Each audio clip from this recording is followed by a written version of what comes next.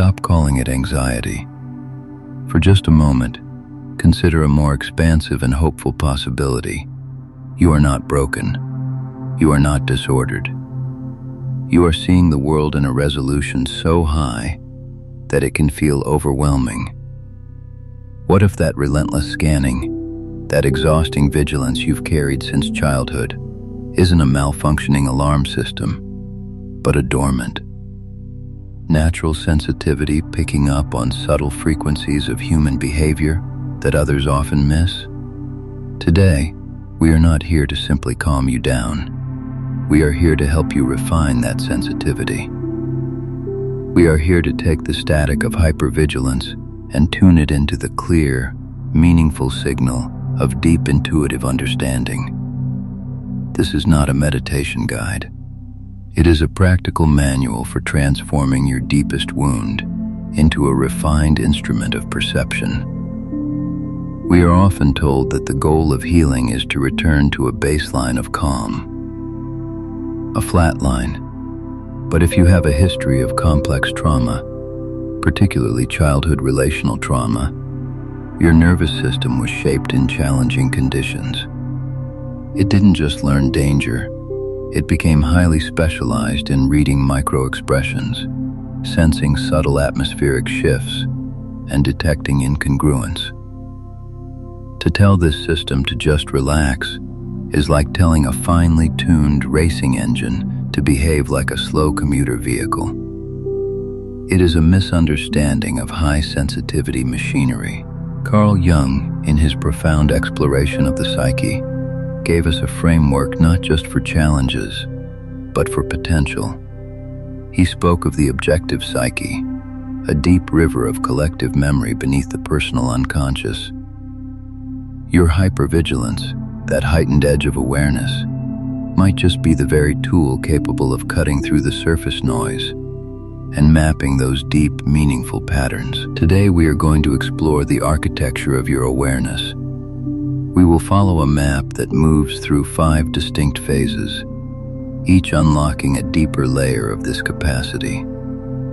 First, we look at the origin, the biomechanics of the scanning eye, understanding how your body physically became a keen observer of human behavior and why the exhaustion runs so deep.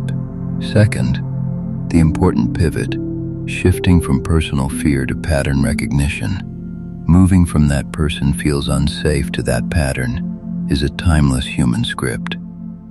Third, the existential integration, the wounded healer's compassionate gaze, where we transform private suffering into a diagnostic art form using the Chiron myth. Fourth, the stabilization in a complex world, mastering the signal without the static, where you learn to hold this high-level perception while navigating modern digital realities without burning out. And finally, the somatic alchemy, grounding the insights in your body so you can carry this gift with steadiness. By the end, you won't just respect your history, you will learn to channel your insight with clarity and care. Let's begin with the physical architecture of the wound itself. Phase 1, the biomechanics of the scanning eye and the exhaustion of the seer. To understand the magnitude of this gift, we must first be honest about the pain involved. Hypervigilance is not a vague sense of worry floating in your mind. It is a highly specific, biologically demanding state of sensory openness.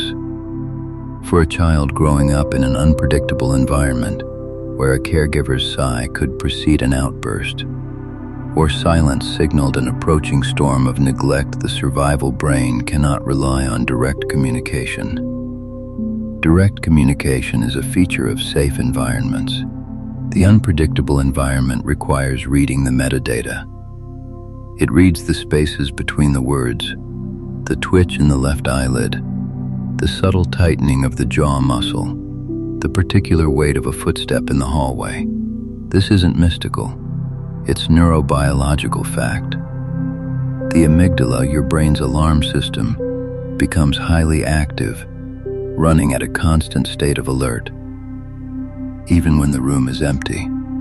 The fusiform face area, responsible for reading identity and emotion on faces, becomes exquisitely sensitive, developing the ability to catch micro-expressions that flash for only a fraction of a second. You develop what neuroscientists call low-latent inhibition. Simply put, most brains have a filter that discards irrelevant stimuli to conserve energy. A neurotypical person sees a room with a chair, a lamp, and a person. They remain unaware of the finer details. You see a room with a chair angled slightly away from the table, hinting at a recent hurried departure. A lamp with a subtle flicker, indicating an electrical nuance that creates a faint hum, and a person whose smile doesn't quite reach the muscles around their eyes. You are absorbing a flood of data that others cannot access, and you are processing this data in real time, which requires an enormous amount of metabolic fuel. This is the fatigue behind hypervigilance. It is the source of an exhaustion that sleep cannot fully restore. It is why you feel thoroughly drained after a simple social gathering. You aren't just sharing food and conversation. You are unconsciously tracking the emotional temperature of several different people, anticipating subtle tensions before a single word is spoken, and calibrating your own body language, relaxing your shoulders, softening your voice to help maintain harmony. You are doing complex social sensing work without even realizing it. This is not a psychological flaw. It is a high-definition sensory instrument that has been locked in threat detection mode. The challenge is that we often misunderstand this precision. We call it restlessness.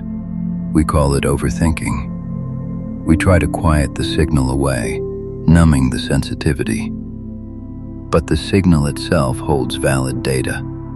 The error is not in the perception. The error lies in the interpretation and the lack of a clear filter. Here is where we initiate the first transformation.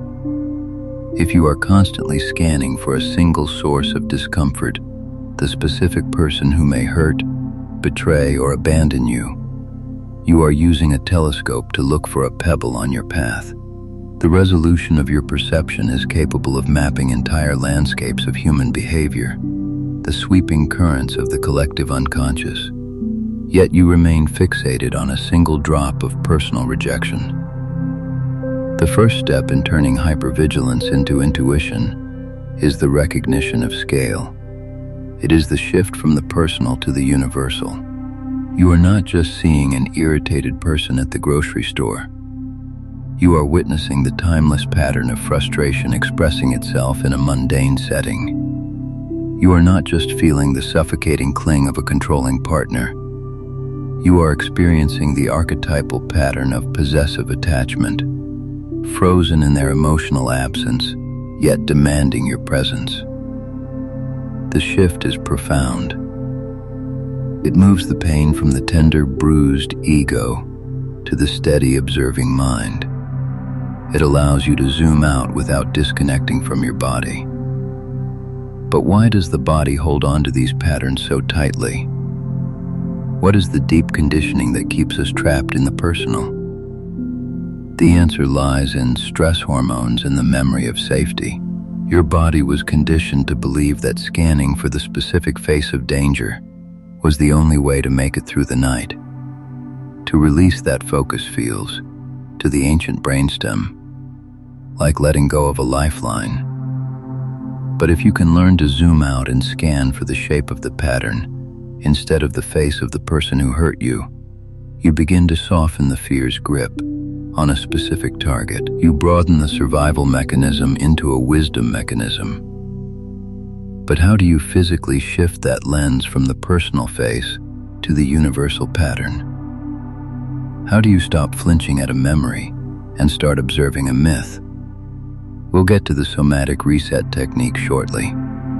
But first, let's explore the map that makes this scale possible, the Jungian grid of the objective psyche. A map that helps your chaotic memories find a structured, meaningful framework. Phase 2. The seismic pivot shifting from personal fear to pattern recognition, the brilliant, and often daunting, reality of Carl Jung's work is the concept that our personal psyche floats upon a vast, deep ocean of ancient images and instincts. These are the archetypes. In the context of your trauma, stop thinking of archetypes as just mythical figures in dusty storybooks. Think of them as primary psychological templates, the operating system underneath the software of your personality. They are the source code of human interaction.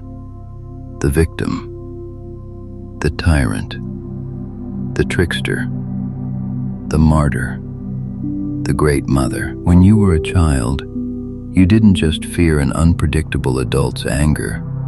You were interfacing with the raw, unmediated energy of the threatening authority figure, a primordial force of chaos that has existed in the human psyche since the earliest communities gathered around a fire. You were a small, developing ego, facing down a powerful human pattern, wearing the mask of an individual person. Your personal wound is the access point. It is the crack in the ego through which the objective psyche floods in. The hypervigilant individual has a very thin barrier between the conscious and the unconscious.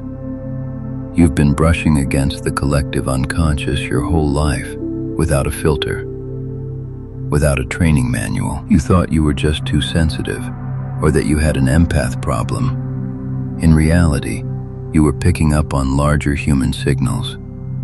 Let's take a specific, grounded scenario to make this tangible. You walk into a business meeting. A colleague, Sarah, presents a new idea. Everyone around the table smiles, nods, and claps politely. But you feel your stomach tighten. A cold, hollow unease fills your chest. You tell yourself, I'm just nervous for no reason. I'm undermining myself. But let's examine your actual data stream. Your scanning eye caught the micro-flash of tension on the boss's upper lip, the sharp focus of a rival's pupils as they sense an opening, and the subtle, heightened body language of Sarah as she attempted to claim visibility in the room. You aren't simply anxious. You are witnessing the archetype of the power struggle playing out in high definition. You are watching a ritual of social hierarchy, the challenge for influence, masquerading as a quarterly business discussion. This is the pivot. You stop asking, why does Sarah dislike me? Why am I so uneasy? And you start asking, I see, the pattern of rivalry has just entered the room. Insecurity is feeling threatened. This depersonalization is not a lack of empathy. It is a strategic, clear-eyed understanding. It prevents you from entering a shame spiral or a limiting narrative. When you see the behavior as an archetypal pattern as a human being temporarily caught in a script of behavior, older than any institution, you stop taking it personally.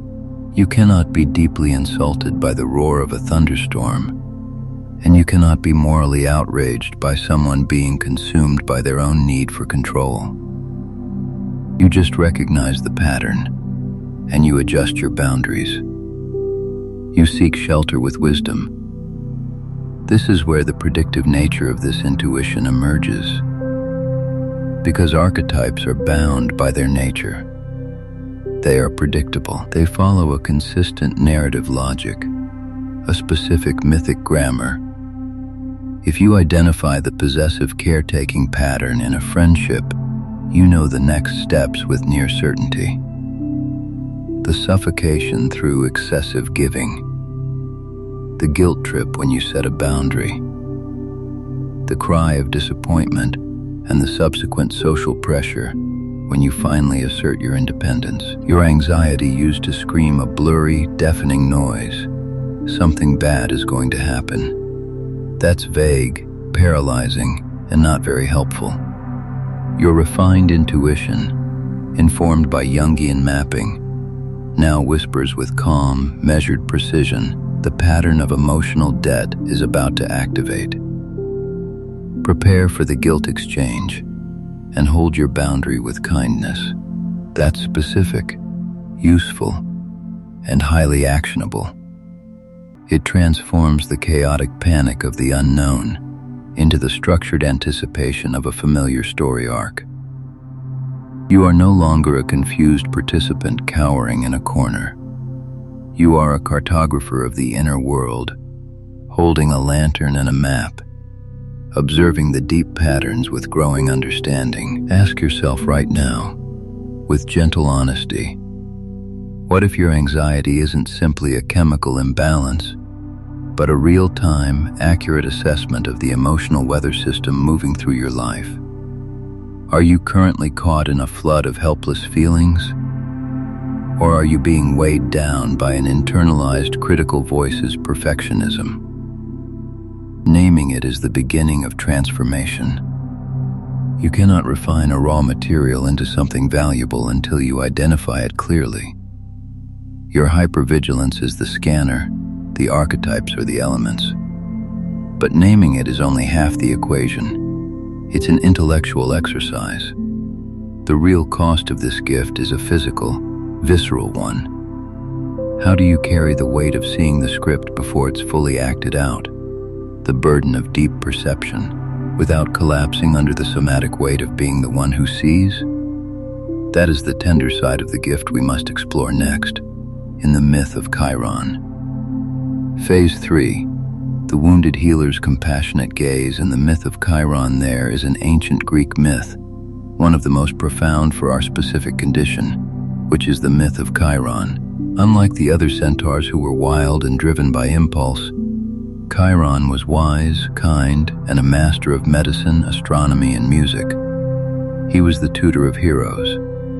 But he was accidentally struck by a poisoned arrow from Heracles, an arrow dipped in the blood of the Hydra. Because Chiron was immortal, he could not die. He could not escape.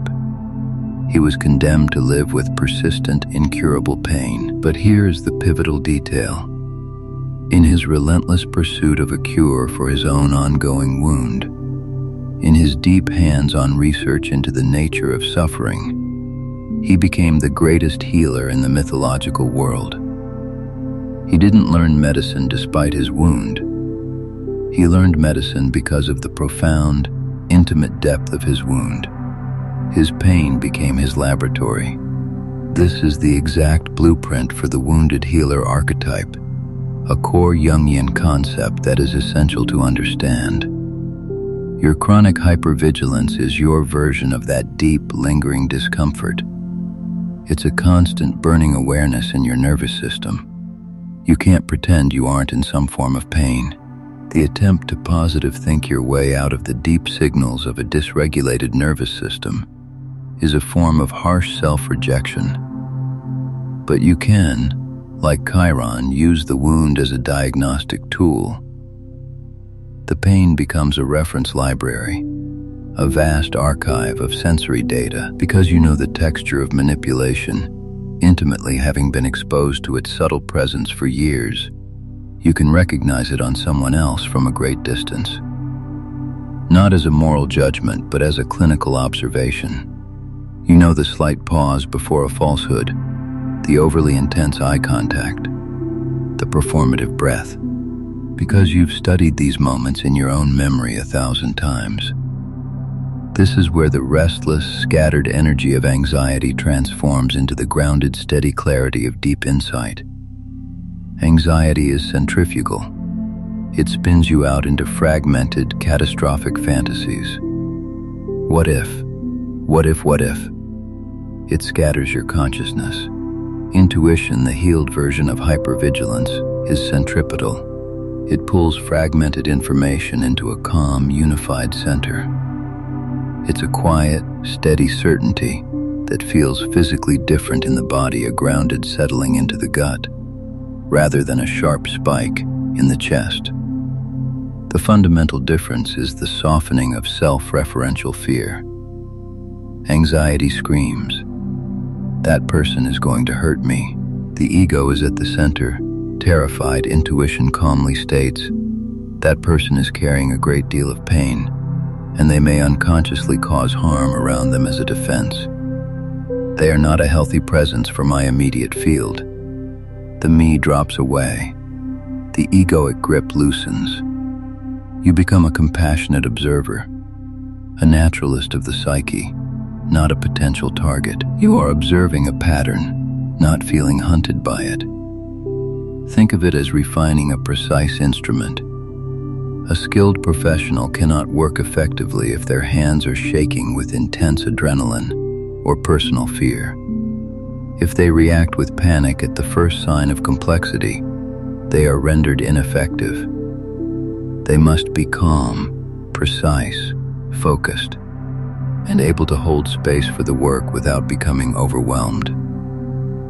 Your hypervigilance provided the raw material for this precision, the sharp, clear perception, the ability to see what is hidden. Now, you must cultivate the steady hand and the non-reactive mind. You see the unhealthy pattern, the deep insecurity, the subtle envy, the structural deception, not as a personal insult that gets under your skin, but as a pattern that needs to be clearly recognized and healthily distanced to protect your own well-being. This is the archetype of the healer fully realized. You don't try to fix them. You don't launch a moral argument at a deeply ingrained pattern. You just make a clean, quiet, definitive boundary and protect the integrity of your own life field. Is it detached? Objectively, yes. It lacks the warmth of naive, unguarded connection. But is it absolutely necessary to navigate having this level of deep perception without burning out? Absolutely. Without this clinical detachment, you will become a porous absorber of the world's suffering. The ethical responsibility of having high-level perception is not to absorb the pain of every difficult archetypal pattern you meet, but to bear witness to its structure without becoming its next carrier. Your wound has given you a detailed, high-resolution map of the entire landscape of human nature. The goal isn't to walk into every pitfall. The goal is to walk through the terrain with silent, precise steps, maintaining your peace and not triggering unnecessary explosions. But the landscape is changing under our feet. We aren't just navigating personal dinner parties or office dynamics anymore. We are living in a digital age of synthetic connection, disembodied voices, and algorithmic suggestion. How do we apply this ancient, grounded intuition to a world of digital personas and virtual patterns? That's the immediate challenge of the modern landscape we must now explore. Phase 4. Navigating the modern digital landscape and virtual archetypes. We are currently living through a historically unprecedented shift in the human sensory experience. Our biology, our neurobiology, is optimized for face-to-face contact with a community of manageable size, where communication was rich in smell, touch, and subtle movement. Instead, we wake up and immediately check a glass rectangle that streams the curated struggles, synthetic joy, performative outrage, and deep vulnerability of billions of simulated selves directly into our nervous system before our feet even touch the floor. For a well-regulated nervous system, this is disorienting. For a hypervigilant, unfiltered nervous system, this is a tremendous flood of undiluted human data. Social media clips aren't just videos of people expressing themselves. They are cascading, rapid-fire streams of archetypal patterns, the seeker of validation, the escape artist avoiding inner stillness, the controller seeking influence, all compressed into short, potent loops that bypass your conscious mind and connect directly to your emotional core. If you do not consciously construct a meaningful filter, the digital age will completely overwhelm your neural circuits. You will feel a constant, nameless, floating unease that doesn't belong to you, a synthetic anxiety that is the echo of the entire globe's suffering. This is why depersonalizing through archetypes is not just a psychological hobby for deep thinkers. It is a practical necessity today. When you scroll through a feed of algorithmically boosted outrage, and you feel your heart race and your jaw clench, you are not just witnessing a logical debate. You are witnessing the archetypal pattern of conflict, the timeless battle of opposing views, being deliberately amplified by media systems to capture your attention. The algorithm has become a merchant of distraction, a clever trickster pattern, and if you mistake the algorithm's feed for objective reality, you will live in a perpetual state of heightened stress, disconnected from your actual life. Here's the technique. You must learn to filter the noise through timeless symbolic understanding. The surface details are chaotic, but the deep patterns repeat eternally. We used to gather around a village fire and listen to a storyteller share about the hero who wrestled his shadow and was humbled by his pride. Now, we gather around a screen and watch a multi-part documentary about a visionary's meteoric rise and challenging moral stumble. The story, the archetypal skeleton, is identical. The pattern of Icarus, the soaring ambition meeting the sun of reality, is eternal. If you see the news, not as breaking events, but as timeless patterns echoing, you break the spell of urgency that the algorithm uses to capture your attention. You recognize the old stories wearing new digital masks. A client asked me recently, with genuine pain in their voice, how do I not feel physically sick when I see the casual unkindness and anonymous negativity online? I told him, stop seeing the unkindness as a personal attack on your values or a sign of the world ending. Instead, start seeing it as the shadow of the collective expressing itself from behind the safety of a screen. It is the unacknowledged, suppressed darkness of humanity having a global outlet for the first time in history. It's the community's collective unfiltered emotion, echoing into the void. When you depersonalize it, when you see it as a symptom of a collective challenge and not a personal enemy, you stop being triggered. You stop spending precious emotional energy on anonymous avatars you will never meet. You reclaim your inner space. Your hypervigilance in this landscape becomes a rapid sorting mechanism. It quickly identifies the pattern, labels it, this account is caught in the archetype of the rebel, or this thread is a ritualistic dance of the victim and the rescuer, and you disengage. No attachment. No fury, just calm, clear taxonomy. What would happen if, for the next 24 hours, you ran a personal experiment and treated every social interaction, both online and in person, as a meaningful human pattern unfolding?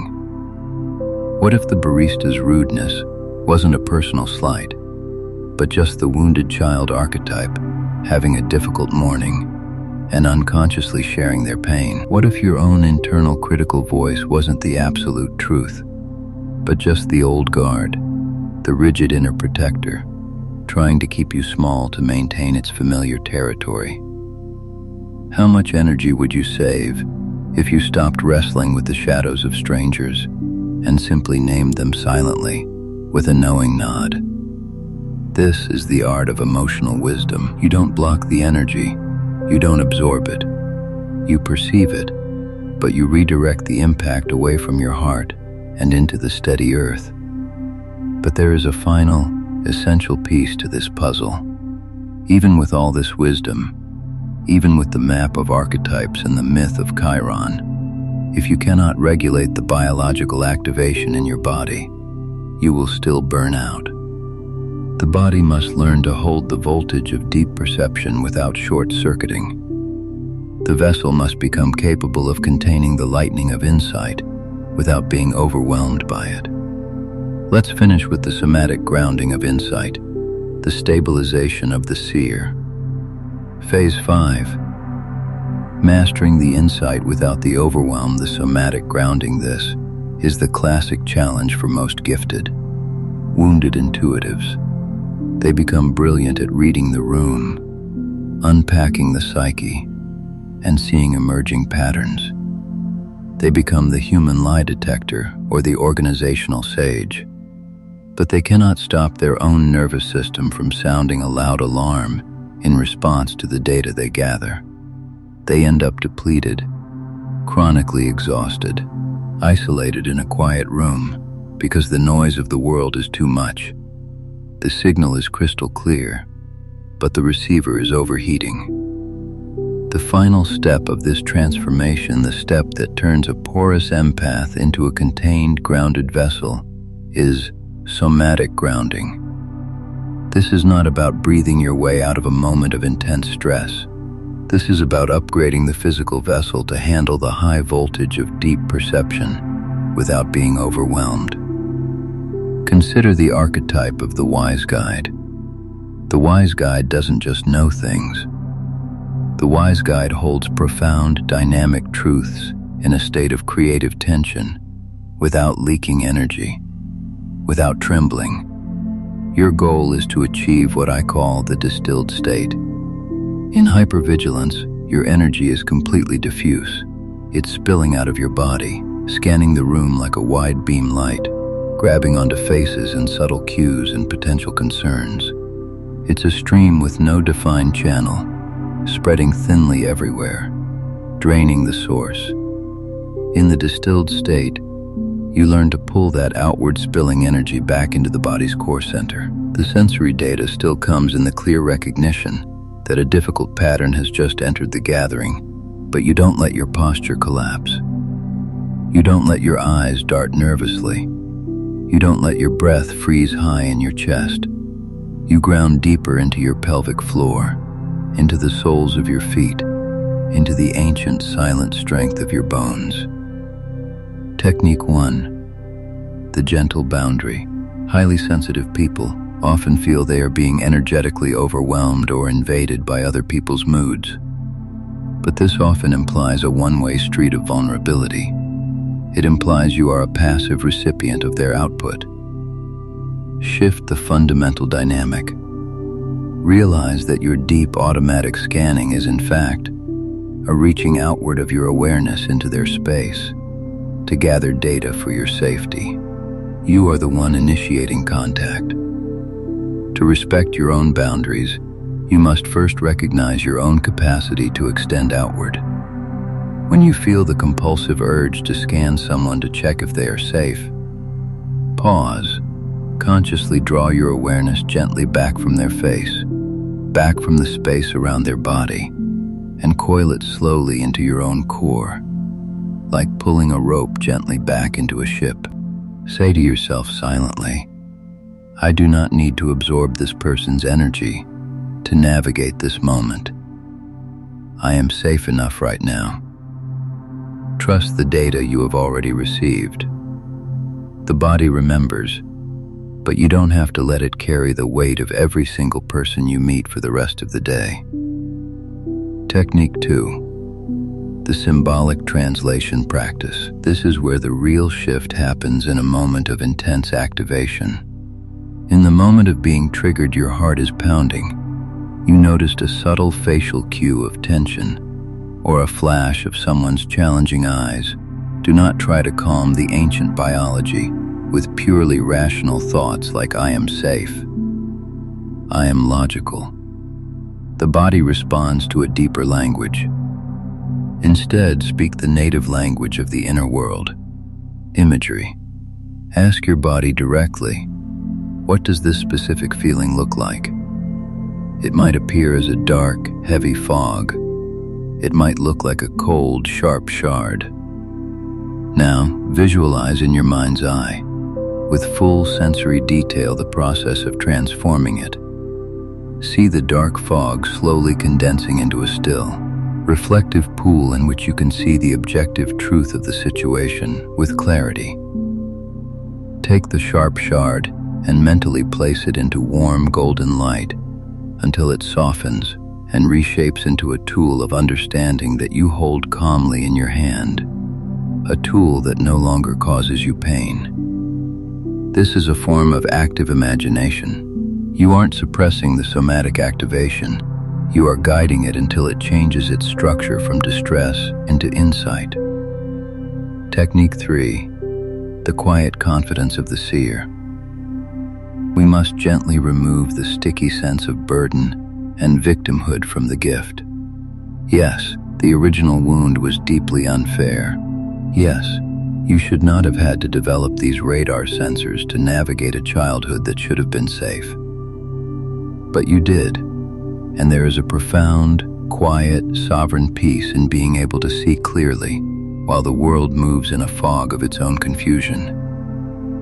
There is a deep, steady confidence in the ability to self-source your own psychological safety. You are no longer a small, frightened child waiting for a rescuer who never arrived.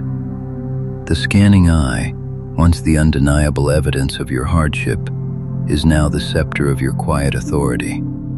It is the tool of your inner steadiness.